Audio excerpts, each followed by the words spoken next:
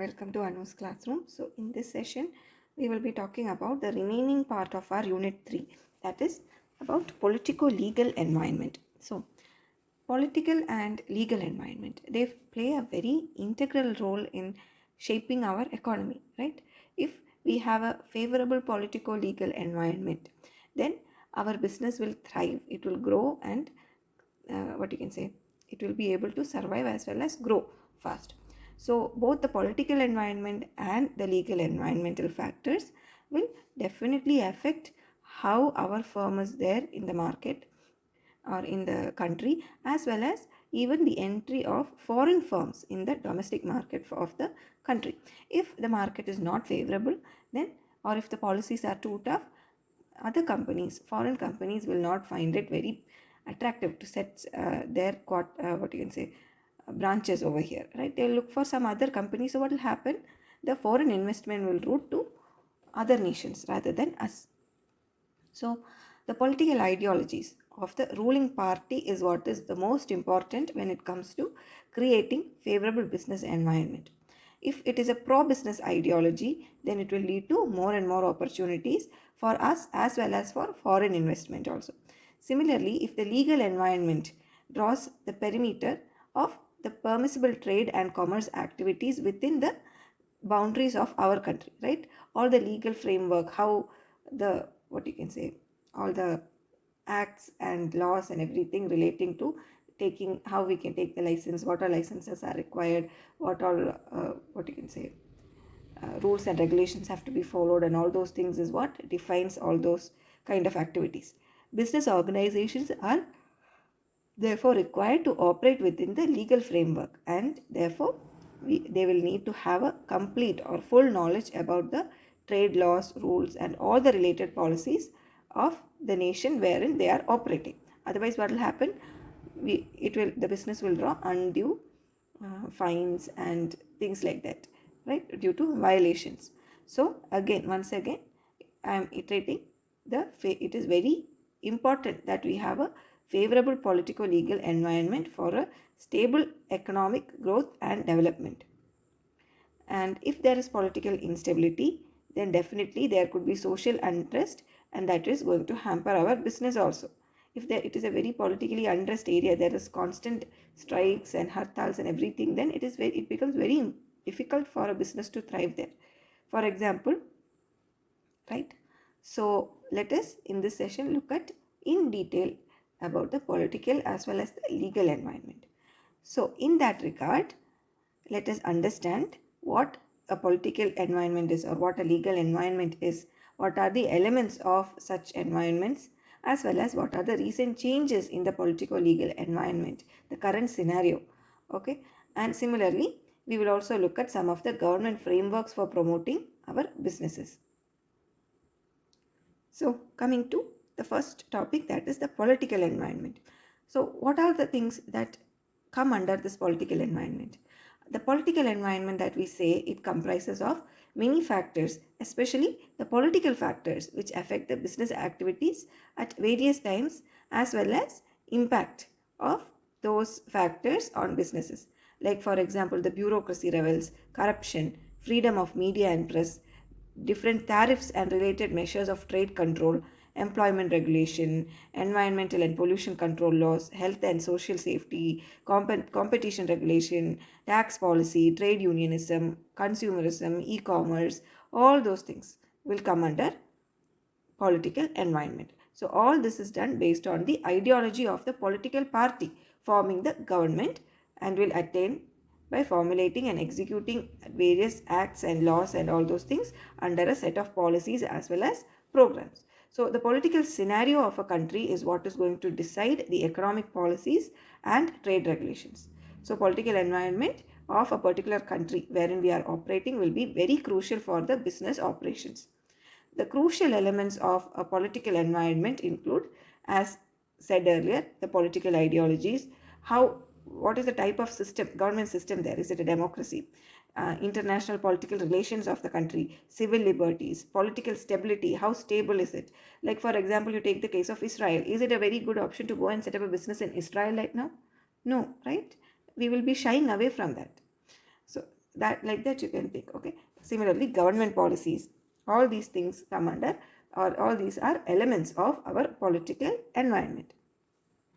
Coming to the legal environment, again it is somewhat similar to political environment. Political environment also we were talking about the various laws and rules and all. So legal environment is also something that deals with the rules, regulations, policies, and the law of the land as a whole. So these laws are made for the protection of the consumers, investors, as well as the environment of the country, even national interest. So the elements of legal system include all the laws, rules, and regulations that are applicable in the country, like the common law, civil law, theoretical law, property rights, even intellectual property rights also come under this, labor laws and codes, competition law, fiscal and monetary policy, foreign exchange law, all of these things and much more come under the legal environment. So as it is, let us try to briefly look into a few of the legislations that define the legal environment of businesses. Okay, so there are quite a handful. We will just touch upon them briefly only. First and foremost is the company law. Company law is governed by the Ministry of Corporate Affairs through the Companies Act. Okay, and other allied bills, acts and rule. But the major component over here in company law is the Companies Act. And why do we have this? In order to facilitate a smooth governance of business. The underlying objective is to safeguard the interest of various investors, stakeholders, as well as customers. Then the next we will talk about the laws that pertain to the capital market. So if you are not already aware, the market structure of a nation, especially the financial market structure, is divided into two. Okay, the capital market and the money market. Okay, so those are the two, capital market and money market. In that, capital market is a good big sector. So when it comes to capital market, a few of the rules or regulations that govern it include the majorly the core law, which is Securities Contracts Regulation Act. Okay, it is the core law which governs all the activities of the Indian stock exchanges. And besides safeguarding the investors, this law also aims to curb unsolicited transactions or dealings of securities as well as formulate a transparent mechanism. Then the fan favorite for term and examination question paper makers is the SEBI Act. Okay, the SEBI Act, or the Securities and Exchange Board of India Act 1992. If it still didn't ring a bell, scam 1992. Okay, that is what led to Harshad Mehta is the person behind forcing the nation to put forth such a law. Okay, so besides, so the SEBI Act aims at developing the securities market in a transparent as well as disciplined manner for providing investor protection. So this is a very important topic. I recommend you gather as much understanding about the various components of the Securities Exchange Board of India Act as much as possible. At least go through and by heart everything that comes under this heading from your Unit 3. Okay. Similarly, the other act, FEMA, Foreign Exchange Management Act, is also a fan favorite. Again, a very important topic. This also I suggest you by heart. Okay, there is no other way. And I'm not going in depth into each of these in this current video because these are topics that are recurrent in other units of this itself. So maybe at that point of time, if possible, I'll delve a little bit more deeper into it. But definitely, I request you all to pay good attention to whatever is given under the headings of Companies Act, this SEBI Act, as well as FEMA Act. And one more is there, Monopolies and Restrictive Trade Practices, MRTP Act. So these are very important when it comes to the term and examination point of view. So please focus on those. If not all, at least these areas you focus. Okay, so the FEMA, it carries significance in view point of foreign trade and foreign exchange. It is applicable on any business entity which involves an Indian resident. Okay, if there is a business setup and that is having an Indian resident, then definitely FEMA Act is something that we must know. Then the next is the Sikh Industrial Companies Special Provisions Act, SICA. It was legislated for appropriate recognition of Sikh as well as potentially Sikh companies. It aims to contain this sickness, the company sickness, and take measures to revive such industrial units. So, in case you are wondering what it means for a company to be sick, a company is called as a sick company if at the end of any financial year the accumulated losses equal to or exceeds its entire net worth, and it has also suffered cash losses in the said financial year as well as the previous financial year, the just preceding financial year. If a company meets these criteria, then it is a sick company. Okay, then coming to the Monopolistic and Restrictive Trade Practices Legislation Act, it was designed to ensure the economic system's operation does not result in the concentration of economic power in the hands of a few, in order to avoid monopolies, because monopolies are not good for a conductive competitive market. So this is again a recurrent question in term and examination question papers. I request you all to study whatever is given in unit 3 at least under this heading. Okay, so other acts include the Consumer Protection Act, or Competition Commission of India is set up for regulating the competition in the market.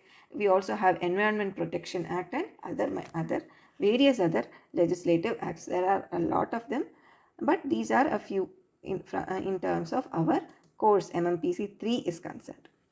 Now let us look at the current scenario of the political legal environment in India. So the government has given many things like Make in India is there, Skill India. I hope you guys have heard these terms at least, right? So through Make in India, the government is aiming to give a boost to the manufacturing activities in the country. Okay, that is why Make in India. So if the product is made in India, then if your company is a manufacturing firm that is set up in India and the production is happening in India, then maybe you guys will, so according to certain conditions and criteria, you will get much more privileges or much more benefits. So under this Make in India scheme. Similarly, several policy changes also have been made in the recent past to ease the entry of foreign investments in the country. Several reforms are being undertaken at both the state as well as central level to make significant improvements in the way businesses operate in India. Government has launched a Skill India movement with the aim to provide skill-based education to the youth of the country. Even our syllabus is also changing, right? NEP also is focusing on skills development. Why? Because we all know recently, if you take the trend, we have a lot of graduates with too little skill, right? The what you can say, the graduation level is high. There is a good churn out of students from educational institutions, but you check the skill level of such kids, it is not up to the mark, right? So such how to skill up the young generation, because our country is a country wherein majority population comes under in the youth category, even under 25, correct? So how we can skill these people? Only if you have a good amount of skilled people can we take the nation forward, right? So how we can do all those things? Infrastructure development is being concentrated on. So all these things are a few of the current scenario in the political and legal environment of our country. Now, how does the government promote the businesses? What is the government framework that is established or that is available to us for the business promotion? The Ministry of Commerce and Industry is there. It has the responsibility to manage and promote industrial as well as commercial activity in the country. It formulates the industrial policy, which provides the planned framework of promoting industrial development in sync with the economic goals of our nation. Then we have the Department of Promotion of Industry and Internal Trade, which promotes and accelerates industrial development of the country by facilitating investment in new and upcoming technology, foreign direct investments, support of balanced development of industries. Then we have the Department of Commerce, which promotes and regulates international trade relations via bodies like the Export Promotion Board, Board of Trade and International Trade Advisory Committee, Export Promotion Council, Export Promotion Organization, State Trading Corporations, and such things. And another thing which you guys might all be familiar is the provisioning of CES, Special Economic Zones, for setting up of industries. If you set your industry up in or set your offices in special economic zones, again you get a lot of benefits in terms of tax and many other aspects. You get a lot of benefits. So all these things are a few of the initiatives taken by government for promotion of businesses in our country. So I hope you got a general idea of what is the political and legal environment through this session. So in part 1 we discussed the social cultural environment. In this part we discussed the political legal environment. So that concludes our unit 3. We will take up other units in the upcoming session. I hope these sessions are useful to you in understanding the whole MMPC 3. Until I see you all in the next session, thank you so much if you've stuck with me till the end. I hope to see you all again. All the very best for your term and examination. Take care. Bye bye.